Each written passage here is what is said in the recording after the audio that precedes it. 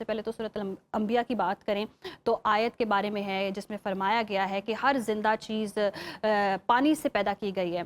اس آیت کا روحانی اور سائنسی پیغام کیا ہے؟ بسم اللہ الرحمن الرحیم۔ دیکھیے، کچھ چیزیں ایسی ہوتی ہیں جو اس کائنات کی بنیاد ہیں باعث بنی، ان بنیادوں میں سے ایک بنیاد ہے پانی۔ ٹھیک ہے۔ دیکھیں، پانی کائنات کی بنیاد بھی ہے، پانی حیات کی بنیاد بھی ہے۔ پانی جو ہے یہ حیات کو ایک دفعہ حاصل کرنے کے بعد حیات کو باقی رکھنے کی بھی وجہ پانی ہی ہے، اور پھر پانی جو ہے یہ نعمت بھی ہے، پھر یہ آزمائش بھی ہے، آزمائش بھی ہے۔ اور پھر یہ الٹیمیٹلی بعض اوقات عذاب بھی بن جاتا ہے۔ قرآن مجید میں ایسی 3 بستیوں کا، 3 قوموں کا براہ راست ذکر ہے جن کے عذاب کی وجہ پانی بنا، یہ جن کو پانی کے ذریعے عذاب آیا، یہ جن کو پانی کے کسی ایونٹ کی وجہ سے عذاب آیا۔ اس میں سب سے پہلا آپ نے جس طرح ذکر کیا قوم نوح ہے، مشہور ہے۔ اللہ تعالیٰ نے فرمایا کہ اللہ تعالیٰ نے آسمان کے دروازوں کو کھول دیا، نیچے سے زمین، سمندروں نے پانی اگلا، اور اوپر سے آسمان نے پانی اگلا، نیچے پھینکا، اور پوری کی پوری قوم تباہ ہو گئی اس پانی کے اندر، اور بچے صرف وہ جن کو حضرت نوح علیہ السلام نے اپنی کشتی میں سوار کر لیا۔ اور حضور نبی اکرم صلی اللہ علیہ وآلہ وسلم نے فرمایا کہ اب یہ واقعات ہمارے لیے محض واقعات نہیں ہیں نا، ہمیں آج بھی ان سے سیکھنے کی ضرورت ہے۔ تو حضور نے فرمایا کہ میری اہل بیت کی محبت نوح کی کشتی کی طرح ہے، امت میں ہر کوئی تباہ ہو جائے گا مگر وہ بچ گئے جو نوح کی کشتی پر چڑھے، ادھر وہ بچ جائیں گے جو میری آل سے محبت کرتے رہے۔ دوسری قوم جس کا ذکر آتا ہے وہ بنی اسرائیل ہے۔ بنی اسرائیل پر پانی کا عذاب 2 طرح سے آیا، ٹھیک ہے۔ ایک تو پانی کا عذاب بنی اسرائیل پر یہ آیا کہ حضرت موسیٰ علیہ السلام نے ایک معجزہ دکھایا جس پر وہ بڑے اتراتے تھے اپنی نعمتوں پر، اور اپنا عصا مارا تو وہ جو دریائے نیل تھا وہ سارا خون بن گیا، پورا دریا خون بن گیا۔ تو ان کے لیے نہ پانی پینے کا رہا، نہ جانوروں کے لیے، نہ فصلوں کے لیے، مرنے لگ گئے، حتیٰ کہ وہ فرعون حضرت موسیٰ کی بارگاہ میں آ کے کہتا تھا کہ آپ یہ عذاب اٹھا لے، میں پلٹ آؤں گا واپس اپنی سرکشی سے۔ وہ ہو گیا، عذاب اٹھ گیا، لیکن وہ واپس نہیں پلٹا۔ پھر اس کے بعد دوسرا جو ان کے ساتھ واقعہ حضرت موسیٰ علیہ السلام کی قوم کے ساتھ ہوا وہ یہ ہوا، جب حضرت موسیٰ بنی اسرائیل کو لے کر وادی فرعون سے لے کر نکل رہے تھے وادی طیہ کی طرف، تو رستے میں دریا تھا بہت بڑا۔ حضرت موسیٰ علیہ السلام نے اپنا عصا مارا، اللہ تعالیٰ نے اس میں 2 رستے بنا دیے، قوم موسیٰ گزر گئی۔ لیکن اسی رستے سے جب بنی اسرائیل اپنا جو سرکش تھے بنی اسرائیل کے فرعون کے ساتھ گزر رہے تھے تو وہ پانی کا رستہ واپس مل گیا اور تباہ ہو گیا۔ تو یہ تیسرا عذاب تھا جو پانی کے حوالے سے آیا۔ پھر قرآن مجید میں ایک چوتھا عذاب ہے جو پانی کی وجہ سے آیا، پانی سے نہیں آیا، پانی کی وجہ سے، وہ ہے قوم صالح کی۔ حضرت صالح علیہ السلام کی قوم کے بڑے اپنا جو سرکش لوگ تھے وہ حضرت صالح کا انکار کرتے تھے۔ انہوں نے ایک عجیب و غریب شرط رکھی، ایک دفعہ اکٹھے بیٹھے تھے، انہوں نے کہا اچھا صالح تجھے نبی تب مانیں گے کہ یہ جو سامنے پہاڑی ہے اس کا سینہ چیرے، اس کے اندر سے ایک اونٹنی نکلے، وہ اونٹنی حاملہ ہو، دودھ دیتی ہو، اس کے اندر یہ خصوصیت ہو، یہ ہو۔ حضرت صالح نے فرمایا اگر وہ آ جائے تو کیا تم مان لو گے؟ کہتے ہیں مان لیں۔ حضرت صالح علیہ السلام نے دعا کی، اسی صفات کی اونٹنی وہاں سے نکل آئی، اس کے باوجود چند ایک ایمان لائے، باقی ایمان نہیں لائے۔ اب اختلاف کہاں پر ہوا؟ تنازع یہ بنا کہ ان کا ایک کنواں تھا بہت بڑا جہاں سے پوری قوم صالح علیہ السلام کی پانی پیتی تھی۔ اب یہ اونٹنی انہی کی درخواست پہ آئی، اللہ کا معجزہ تھا، ناقۃ اللہ تھی، تو لہٰذا وہ اتنی جاندار تھی کہ جس دن وہ پانی پیتی دوسروں کے لیے پانی نہیں بچتا تھا۔ ایک دن پوری قوم پانی پیتی اور ایک دن وہ اونٹنی اکیلا پانی پیتی۔ تو اس پر تنازع ہو گیا کہ جس دن یہ پانی پیتی ہے اس دن ہمارے مویشی، ہمارے جانور اور ہم خود پانی نہیں پی سکتے۔ حالانکہ اللہ تعالیٰ نے آلٹرنیٹ دیا کہ جس دن وہ اونٹنی پانی پیتی تھی اس دن اس اونٹنی دودھ اتنا دیتی تھی کہ پوری قوم کے لیے وہ کافی ہو جاتا، مگر تنازع بنا، پانی پینے کی وجہ سے تنازع بنا۔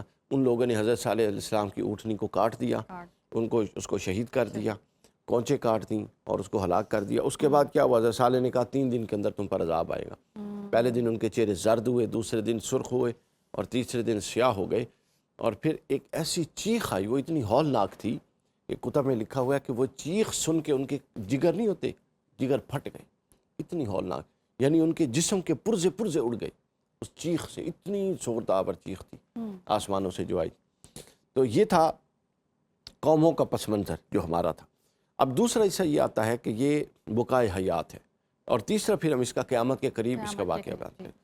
اچھا، بقائے حیات پانی اس طرح ہے، اللہ تعالیٰ نے فرمایا، جس طرح بھی آپ نے آیت بھی اشارہ کیا سورہ انبیاء کی، وَأَجَعَلْنَا مِنَ الْمَاءِ كُلَّ شَيْءٍ حَيٍّ، ہم نے ہر حی شے یعنی زندہ شے کو، لیونگ آرگن، یہ پانی کی بنیاد پر قائم کیا۔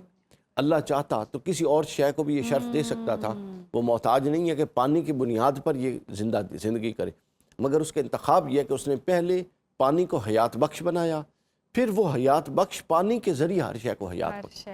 اب دیکھیں یہ جو آیت ہے کتنی سچی آیت ہے کہ ہر چیز، انسان لیونگ آرگن ہے، لیونگ اینیمل ہے، انسان پانی کے بغیر نہیں چل سکتا، جانور پانی کے بغیر نہیں چل سکتے، فصلیں پانی کے بغیر پیدا نہیں ہو سکتی، سبزیاں، پھول، پھل پانی کے بغیر، درخت کچھ بھی پیدا نہیں ہو سکتا۔ آپ ذرا غور کیجئے، جانور پانی کے بغیر مر جائیں گے تو کھائیں گے کیا؟ فصلیں پانی کے بغیر ہوں گی نہیں تو کھائیں گے کیا؟ پانی نہیں آئے گا تو زمین سوکھ کر پھٹ جائے گی تو چلیں گے کیسے؟ یعنی پورا سرکل پانی کے اندر اللہ تعالیٰ نے جوڑ کے رکھ دیا۔ پھر اس پانی کی اللہ تعالیٰ نے اس کی تفصیلات بھی بیان کی کہ کئی پانی فرمایا، وَهُوَ الَّذِي خَلَقَ مِنَ الْمَاءِ بَشَرٍ، پہلے تو کہا نا ہر زندہ شے کو، پھر خاص طور پہ کہا انسان، اے بشر، ہم نے تجھ کو بھی پانی سے پیدا کیا۔ پھر آگے پانی کی قسمیں بتائیں، ثُمَّ جَعَلَ نَسْلَهُ مِن سُلَالَةٍ مِن مَاءٍ مَهِينٍ، ہم نے ایک حقیر پانی کے قطرے سے تجھے پیدا کیا، سمجھ آئیے؟ پھر اس کے بعد آگے جا کے بتایا، اِنَّا خَلَقْنَا الْإِنسَانَ مِن نُطْفَةٍ أَمْشَاجٍ، ہم نے تجھے ایک نطفے جیسے پانی کے قطرے سے پیدا کیا تاکہ ہم تجھے آزمائیں کہ تو کیا کرتا ہے۔ تو گویا انسان کی تخلیق بالعموم بھی بیان کر دی اور اس کے نجی سٹیپس بھی بیان کر دیے اور بتایا کہ یہ سب پانی پر کھڑا ہے۔ تو وقار صاحب، جتنے بھی آپ نے تاریخی واقعات بتائے ہیں، پانی پاکیزگی بھی ہے، رحمت بھی ہے، زحمت بھی ہے، جزا اور سزا، یہ بھی ہم نے سب دیکھا، تو آج کے منظر نامے میں ان تمام واقعات سے کیا سیکھنے کی ضرورت ہے؟ اور ہم دیکھ بھی رہے ہیں قحط سالی بھی کہیں ہے، کہیں بہت طوفان ہے، بارش آتی تو بہت آتی ہے، نہیں آتی تو خشکی ہو جاتی ہے۔ اب یہ دیکھیں نا، اس حوالے سے یہ ایک حدیث پاک میں آپ کو سناتا ہوں، ترمذی کی حدیث ہے۔ جی حضرت علی اور حضرت ابو ہریرہ دونوں نے روایت کیا، حضور نے فرمایا، اب غور سنتے جائیے کہ جس طرح آپ نے سوال کیا نا، آج کے معاشرے میں کیا ہو رہا ہے، پہلے حدیث نے پورا نقشہ کھینچا اور پھر بتایا۔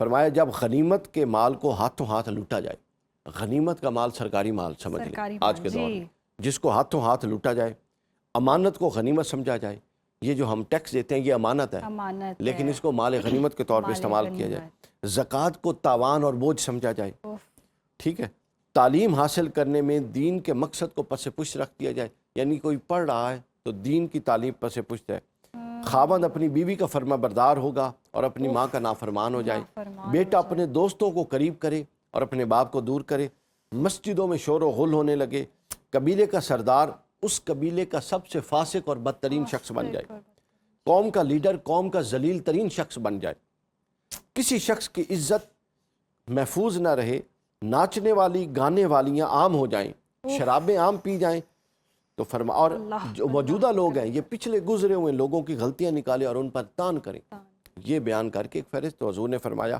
پھر انتظار کرو اس عذاب کا جو آندھی، زلزلوں، سیلابوں کے ساتھ جڑا ہوا ہوگا، زمین کو دھنسا دیا جائے گا، شکلوں کو مسخ کر دیا جائے گا، حتیٰ کہ پتھر بھی برسائے جا سکتے۔ تو گویا یہ جو کچھ ہو رہا ہے یہ ہمارے اپنے اعمال کا کرنا ہے، عذاب کی دوست اور قیامت کے قریب یہ ساری باتیں، اور قرآن نے بیان کیا وَإِذَا الْبِحَارُ فُجِّرَتْ، اور دوسری جگہ وَإِذَا الْبِحَارُ سُجِّرَتْ، کہ جب قیامت قریب آئے گی تو یہ جو سمندروں کی حد بندی ہے نا، اللہ یہ حدوں کو اٹھا لے گا اور وہ تباہی اور بربادی مچا دیں گے۔ ہم نے سونامی میں جاپان میں چھوٹا سا مظاہرہ دیکھا کہ شہر کے شہر صفاستی سے مٹ گئے، لیکن یہاں پر دیکھیں قرآن کہہ رہا ہے کہ ہم اس سمندروں کی حدوں کو اٹھا لیں گے، اور حدیث نے وضاحت کی کہ یہ پانی ہے تو نعمت، مگر زحمت اس وقت بنتا ہے جب معاشرے میں یہ سب چیزیں ہوں، اور آج ہم اپنے معاشرے میں ظلم بھی دیکھ رہے ہیں، زیادتی بھی دیکھ رہے ہیں، زکوٰۃ اور اپنا جو سرکاری مال ہے اس کی ذاتی مال کی طرح استعمال بھی دیکھ رہے ہیں، اور عدل و انصاف کا خاتمہ بھی دیکھ رہے ہیں، تو یہ سب کچھ، اور پھر بے راروی اور بے حیائی، یہ جو ہے سوشل میڈیا ہے اور ٹک ٹاک ہے، اس نے تو رہتی کسریں نکال کے رکھ دی، ہم تو پھر اچھے تھے جو گزر گئے ہیں، جو اگلی نسلیں ہیں وہ تو بڑی مشکلات میں ہیں۔ اور یہ بھی تو کہا جاتا ہے نا آگے آنے والی جنگیں بھی پانی پہ ہونی ہے، جس طرح سے پانی کی قلت ہو رہی ہے تو کیا سچویشن بنے گی مستقبل جی میں؟ اب یہ ساری اب دیکھیں اس وقت بھی ہم پاکستان کا پانی رکا ہوا ہے، رکا ہوا ہے. ٹھیک ہے نا، اور معاملات خراب ہو رہے ہیں. اب دیکھیں ایک طرف اللہ تعالیٰ نے 70% کے قریب پانی ہے زمین پر، جی لیکن جو قابل استعمال پانی ہے وہ کم ہے. جی اب ہو یہ رہا ہے کہ جو قابل استعمال پانی ہے مستقبل میں اس پر جنگیں ہونے والی ہیں، جنگی ہونے والی. ٹھیک ہے، کیونکہ ظاہر ہے پانی بقا ہے، پانی کی حیات ہے، پانی سے زندگی ہے، پانی سے کھانا پینا ہے، پانی سے جانور فصلیں ہیں، اور وہ پانی جس سے یہ سب کچھ ہے وہ پانی مطلب اب آپس کی کشائش، ملک آپس کی حد بندیوں کی بنیاد پر ایک دوسرے کا حق مارنے کی کوشش کر رہے ہیں. تو یہ بالکل جنگوں کا باعث بھی بنے گا. اسی لیے رسول اسلام نے فرمایا کہ اگر تم وضو کرتے ہوئے ایک صحابی جی. کو کہا کہ ہرگز پانی ضائع نہ کرو، اور وہ وضو پتہ ہے کہاں کر رہا تھا؟ دریا کے کنارے. تو پوچھا یا رسول اللہ کیا یہاں بھی بچت کرنی یہاں ہے؟ بھی. فرمایا ہاں یہاں بھی پانی کی بچت ہو. ہوں. ٹھیک ہے، تو لہٰذا اسراف سخت حرام ہے. حرام ہم ہے. وہ کھول دیتے ہیں ٹیپ اور کھول ٹیپ دیتے ہیں کھول کے اور جناب بس. بیٹھے ہوتے ہیں، ادھر بات ہو رہی ہے، ادھر بات ہو رہی ہے، پھر پانی دھو لیا، بات ہو رہی ہے اور نکل رہا ہے. یہ سخت اسراف صحیح. حرام ہے، ہمیں اس کی قدر کرنی چاہیے. اور جی. ان لوگوں کو دیکھنا چاہیے تھر میں جہاں پینے کا پانی دستیاب نہیں ہے، اندرون سندھ کے علاقے جہاں پینے کا صاف پانی لوگ جوہڑوں کے اندر جانوروں کے ساتھ جا کے پیتے ہیں. تو ہمیں اس نعمت کی قدر کرنی چاہیے. تو تاریخ میں اس حوالے سے کیا بتایا گیا ہے؟ قیامت کی نشانیوں کی بھی ہم بات کر رہے ہیں، اب دریا بھی ہم دیکھ رہے ہیں خشک ہوتے جا رہے ہیں. یہ کس طرح سے جڑتا ہے؟ دریا کے End خشک of ہونے کا times. تعلق بھی ایک بڑے اہم واقعے کے ساتھ جی. جڑتا ہے. وہ واقعہ یاجوج ماجوج کا. جی. حدیث کے اندر ہے کہ جب یاجوج ماجوج نکلیں گے ہوں. تو وہ اب ان کو حضرت سلیمان علیہ السلام نے دیوار کے اندر قید کر دیا. قید. اب وہ روزانہ اس دیوار کو وہ کھرچتے ہیں، ختم کرنے کی کوشش کرتے ہیں، گرانے کی، لیکن وہ گرتی نہیں ہے. اور ہوتا کیا ہے جب وہ گرتی نہیں ہے تو تھوڑی سی رہ جاتی ہے، شام ہو جاتی ہے، ان کا سردار ان کو کہتا ہے واپس آ جاؤ، کل دوبارہ کریں گے. ایک دن ان کا سردار ان کو کہے گا، اگلے دن جب وہ آتے ہیں تو وہ دیوار واپس اتنی موٹی ہو چکی ہوتی ہے. ایک دفعہ ان کا سردار ان سے کہے گا کہ واپس آ جاؤ، انشاءاللہ کل ہم اس کو کر لیں گے. تو جس دن وہ انشاءاللہ بولے گا اس دن جب وہ اگلے دن آئیں گے تو دیوار اتنی ہی ہوگی، وہ اس کو گرا دیں گے اور پھر زمین پر آ جائیں گے. اور جب وہ آئیں گے تو ان کے رستے میں بحریہ تبریہ آئے گا. 10 میل لمبا ایک دریا ہوگا. 10 میل کتنے ہوتے ہیں؟ ٹھیک ہے، یہاں سے آپ ماڈل ٹاؤن چلی جائیں 10 میل. اور یہ ایسے لوگ ہوں گے جو آئیں گے تو زمین کا وہ بحر تبریہ کو پی جائیں گے اور بحر تبریہ خشک ہو جائے گا. ان کے گزرنے کے پیچھے ایک لشکر آئے گا، وہ کہے گا یہاں تو سمندر تھا، وہ کہاں پر ہے؟ تو گویا یہ سمندروں کو پیتے جائیں گے. تو ایک یہ بھی ریلیونس اس کا قرب قیامت کے ساتھ آیا ہے پانی کا. اور پھر اس کے بعد یہ ہے کہ پانی یعنی تباہی مچا دی جائے گی. سمندر جو پہاڑ ہیں یہ روئی کے گالوں کی طرح اٹھ جائیں گے. ہر چیز سورج جب ختم ہو جائے گا تو روشنی کا نظام ہی ختم ہو جانا ہے، اندھیرا ہی اندھیرا ہوگا. اور اب ہم دیکھ بھی رہے ہیں نا، سٹی اگر کسی جگہ چلے جائیں، سٹی ایریاز میں چلے جائیں، سٹارز اس طرح سے اب نظر نہیں آتے ہیں. جس طرح سے کلائمیٹ چینج ہو رہا ہے، کلائمیٹ چینج پر اتنی باتیں ہو رہی ہیں اور بارشوں کے پیٹرن بدل رہے ہیں، بن موسم بھی بارشیں ہو رہی ہیں. ہاں ابھی دیکھیں آپ اپریل میں جو آج کل موسم ہوتا ہے، کبھی یہ اپریل میں ہوا تھا، یا مئی میں جو موسم ہے یہ کبھی مئی میں ہوا تھا، کبھی یہ موسم نہیں ہوتا. یہ انٹرنیشنل کلائمیٹ چینجز ہے اور اس کے اندر پانی کا بہت بڑا دخل ہے. جی. پانی کو مس مینیج کیا جا رہا ہے چونکہ آپ کی جو ہوائیں ہیں، جو فضائیں ہیں، کس علاقے میں کس طرح کا موسم رہنا ہے، یہ ساری سمندر اور سمندر میں چلنے والی ہواؤں پر منحصر ہوتا ہے سارا سرکل. پھر اس کے اندر ہم انسان نے اپنی عقل سے بھی بہت ساری خرابیاں کی. آپ کو پتہ ہے یہ جو آرٹیفیشل رین کا سلسلہ شروع ہوا ہے پچھلے چند سالوں سے، اب وہ کیا کرتے ہیں؟